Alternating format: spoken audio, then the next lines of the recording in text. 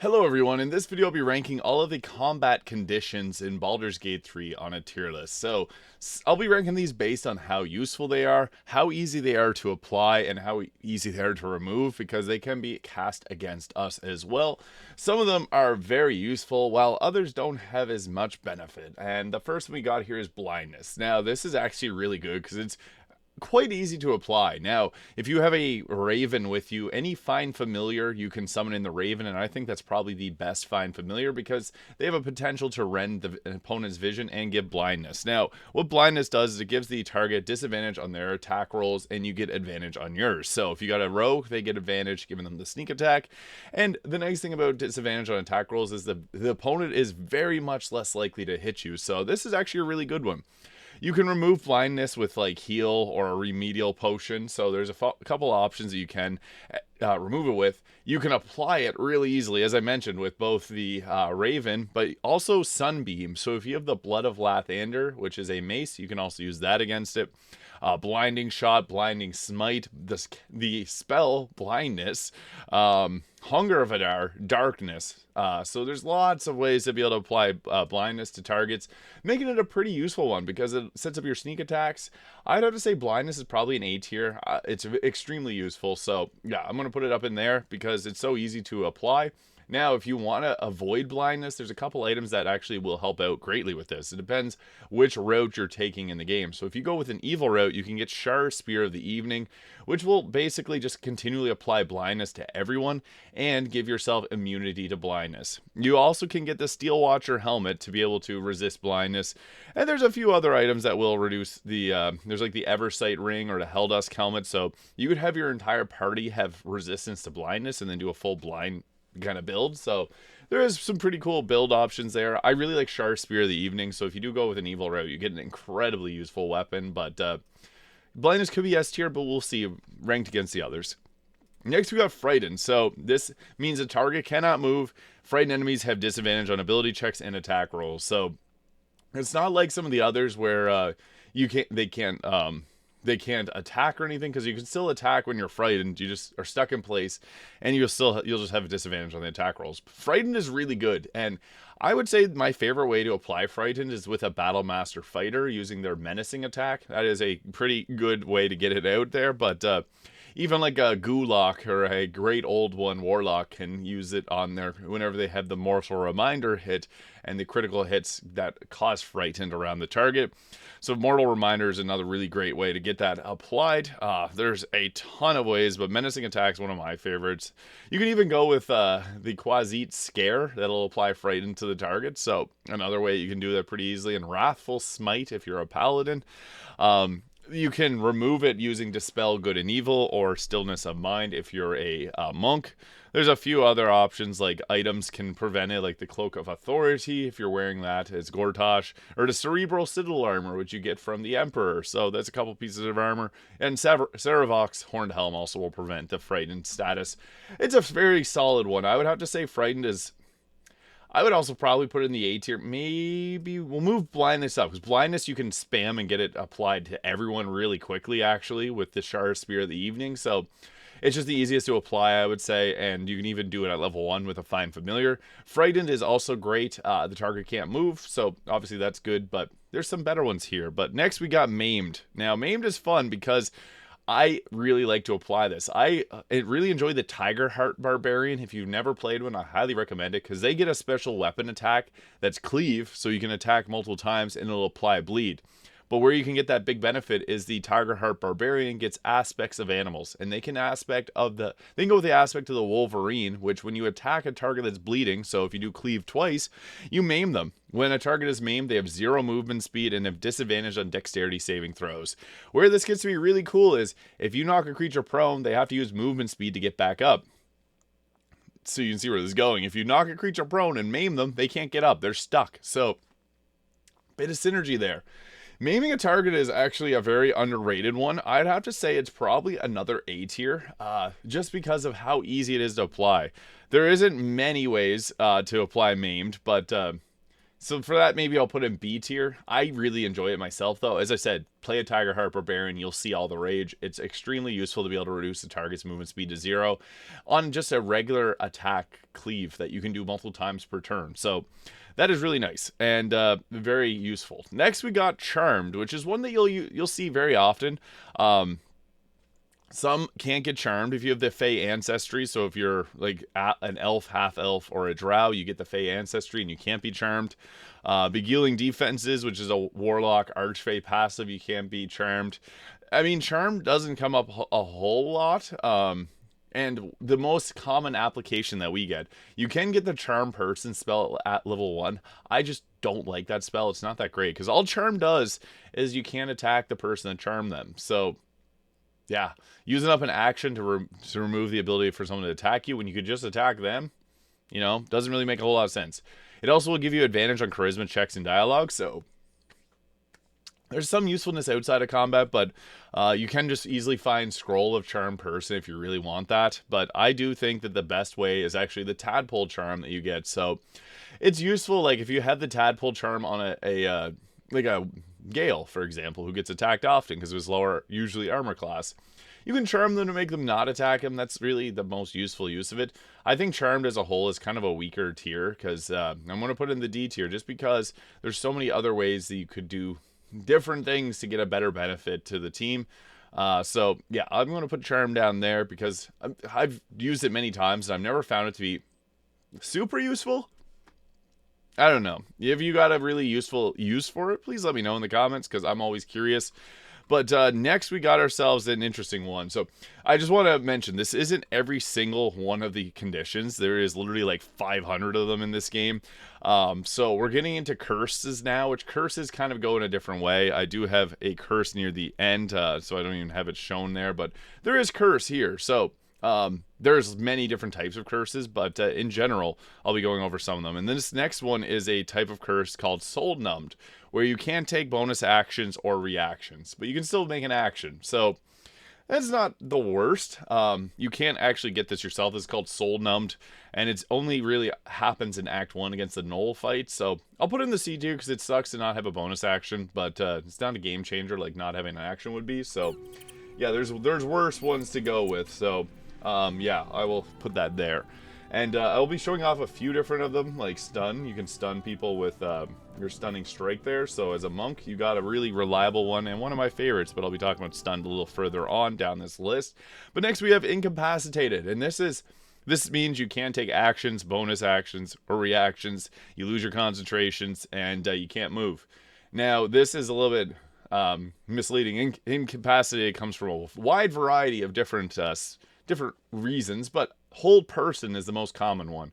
And hold person is extremely good. So, and also with hold person, you get a critical hit if you're within 3 meters. So I'm going to put it up in the S tier.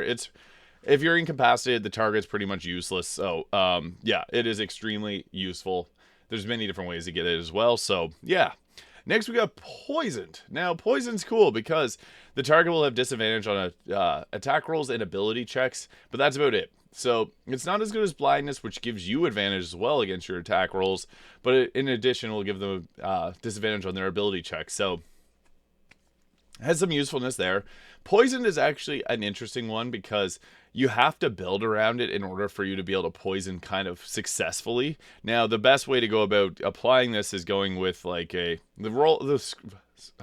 Ray of Sickness is a spell that will cast it, but I think that the actual best way to do it is going with the Poisoner's Gloves, which will have a chance to poison a target on poison damage, and then using Cloud Kill multiple times. Because each turn you can move your Cloud Kill around, and also Cloud Kill will attack at the start of the turn too. So it's a pretty reliable method, but I do think that poison in general, giving disadvantage on attack rolls is amazing, don't get me wrong, but I feel like there is better ones on this list. So for that reason, I'm just going to put it into the B tier because I just feel like there's just other ways better ways to cause a condition to the target. So next we got Diseased, and this is similar to the curses that I talked about. So diseases and curses have a huge list of extra ones that they got, so I won't go into the full list of them, but we got Contagion, Feverish, Filth, fever, flesh rot, infected, rotted, septic, stricken with blindness, sickness, stricken with filth, fever,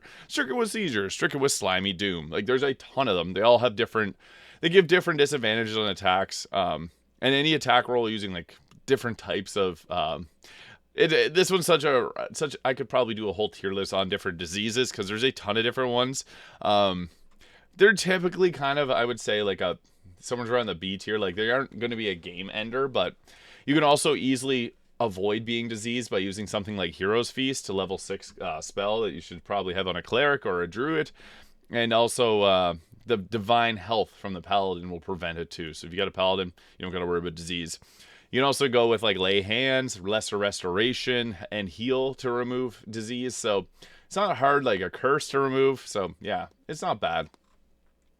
Next we got prone. We'll go prone. I think this one's downed. I'll move these around. Downed is obviously not good. You need to heal them to get them back up. It doesn't happen to the enemy. I'm just going to put it in C tier because downed sucks when it happens to your team. Healing word is probably the best way. Don't go and run over to them and pick them back up because that'll use your action.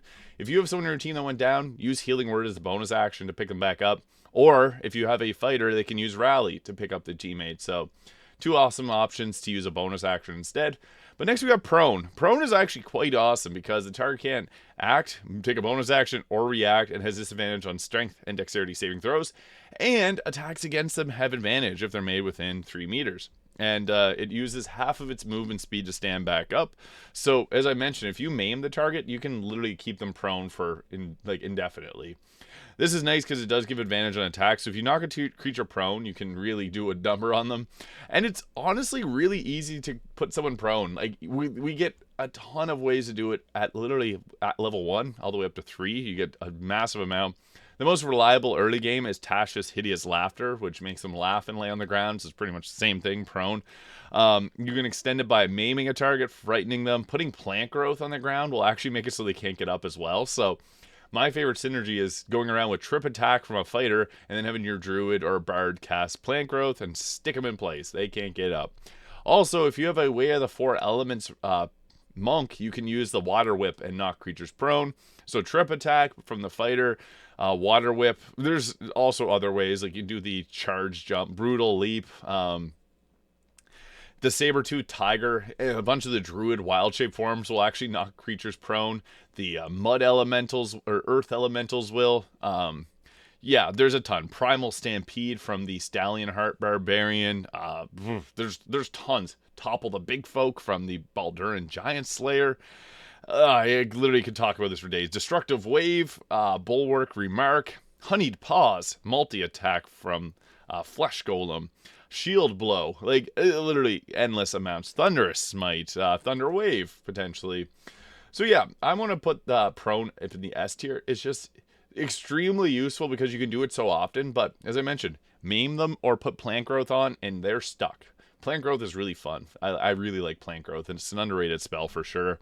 And if you want to go even further into it, you can put plant growth down and then also put Hunger of Hadar, which will also blind them and make them take cold and acid damage. So you can really lay down a beating on them.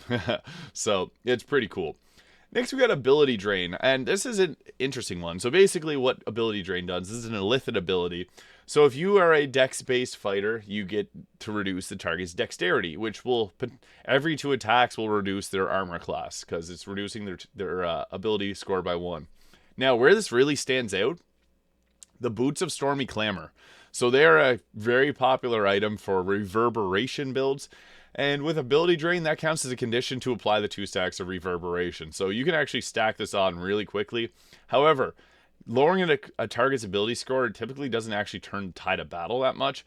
I like it for applying the Boots of Stormy Clamor, but if we take that out of the condition, I'm just going to put it in the D tier because the most useful one is reducing the target's dexterity, because that's going to reduce their armor class if they're not wearing heavy armor. But there's actually a really cool interaction. So you can permanently kill withers using the Ability Drain, because if you're to use something like Shocking Grasp as a wizard, it's going to drain his intelligence. And if you take it down all the way to 1 and then use the Absorb Intelligence skill, you literally kill withers. So I have a video on my channel. It's pretty funny. But yeah, enough about that. We'll get into sleep next. So sleep is a very common one that you can literally do At the start of the game. So what's nice about sleep is it basically can shut down the opponent really quickly. So with sleep, you can apply it with literally the spell sleep, and if you upcast it, it gets an additional health, or it gets an additional 8 health per upcast. It's a level 1 enchantment spell, so you can get it, and the first one does up to 24 health. But basically, what happens when the target's asleep, they can't move or act. They fail automatically strength and dexterity saving throws, and attack rolls against it will have advantage, and it'll give a critical hit with if you're within 1.5 meters. So sleep is nice for that, but if you attack someone, they wake up. Sleep is underrated, I would say, because you can apply it literally at level 1. It's so easy to get. But at the same time, I get comments on my videos all the time telling me sleep is the worst spell in the game, and I don't take it often. I just want to clarify. It's only really useful in Act 1. Now, what makes it so useful is 24 health points combined you can use this on. So this allows you to put asleep 3 goblins, which is honestly not a bad use of your action, because it takes 3 enemies. Like, you could literally use on the next 3 in the chain, put them to sleep, and then have your next character go. And then they could also attack them and get the critical hit, which will add an extra damage die. So I will say sleep is underrated. It does fall off heavily after Act 1. So for that, I'll put it into the B tier. Probably ahead of somewhere around poison. They're pretty equal, I would say, in terms of effectiveness. But yeah, I'm a big fan of it. I think it's an underrated one that not a lot of people touch on too much. So yeah, and for all the people out there that say you can only sleep 1 person, you actually can't. You can spread it between 3 people. So yeah. Next, we got Polymorph. So this turns a creature into a harmless sheep, and it has 3 hit points for 5 turns, and once it gets reduced to 0, it turns back to its original form. So the really big benefit of this is you can put them as a sheep and then potentially knock them off a cliff. I wouldn't recommend putting... Polymorph's fun, but it's not a extremely useful spell compared to some others, so to use up a spell slot on it is not really the best choice most times, I don't think. For that, I'm going to put it in the D tier. It's just not as effective as some of the others out there, so yeah. Next, we got Stun. So I'm going to even show this off, because we got Stunning Strike. The monk gets it. Stunned is a really fun condition because it can do a number on the target. So let me just get it pulled up here. So Stunning Strike. We're going to attack there. I don't want to hit them with Luck of the Firm for Realms. Sorry. We'll try it again. So we'll attack with that. And we stunned him. So Minsk gets stunned.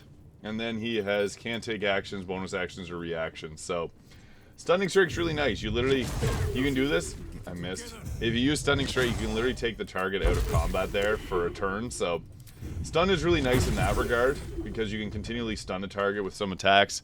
My favorite way to apply stun is actually using the air Myrmidon, so they get the electrified flail. And if you're a moon druid, you can attack 3 times with it and stun 3 targets. If they can't take actions, bonus actions, or reactions, they're as good as useless. So I'm going to say that's S tier. It's just super useful to take the target out of combat. So yeah, I'm going to put it up in the S tier. Maybe put prone down a tier. Yeah, we'll go with that. It's really easy to apply prone, but obviously hold person gives you the critical hit, so it's a bit better in terms of that. But stunned is really easy to apply. As I mentioned, if you got Conjure Elemental, take out an Air Myrmidon and try it out. Their Electrified Flail can be used every turn, and if you Wild Shape as one, you can use it 3 times in a row in a turn, so that gets really crazy. And then also the monks got it with their Stunning Strike, so there's many ways to apply it. Next, we got Bestow Curse. Now, there's a lot of curses in this game, as I mentioned. I went over one of them there, but I'm going to talk about curses as a whole. You can remove them with Remove Curse or Greater Restoration. So there's a ton of them that can cause a wide variety. Like, it's a very wide-reaching one. One of the most common ones that you'll encounter in the game is if you got a Warlock using Hex. Hex is considered a curse, so it gives an additional 1d6 of necrotic damage per attack. I really like Hex. It's pretty fun to use. It's kind of like Hunter's Mark, but necrotic damage. Soul Numbed, which I mentioned earlier, is also a type of curse, and then there's a ton of other ones. Spell Rot, Stolen Vigor, Whispers of Madness. Even Madness itself is a curse. Castigated by Divinity.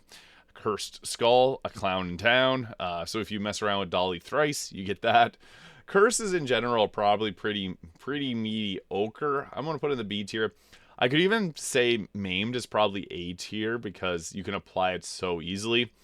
But finally, we got dead. It's the last one. So when I guess I should switch this back. Whenever you apply dead to a target, they're dead. But on your own team, you have to use Revivify, a scroll of resurrection, or a scroll of true resurrection, or go talk to Withers and revive your team. So yeah, dead, obviously not good in D tier, so I'm going to put it there. But yeah, I covered a ton of different conditions. This was a requested video. I didn't cover every single one in the game because there is just so many of them, but I may do a video at a later time talking about all curses and diseases just to touch on those topics. But let me know your thoughts in the comments where you think these conditions belong on a tier list. Thank you so much for watching. If you found this video useful, please hit that subscribe button below. And thank you so much for watching. I'll see you in the next one.